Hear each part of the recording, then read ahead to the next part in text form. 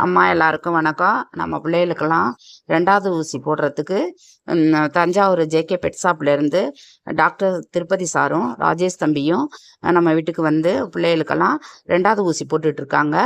அடுத்தது பெரிய பிள்ளைகளுக்கு ராபிஸும் தடுப்பூசியும் போட்டாச்சு.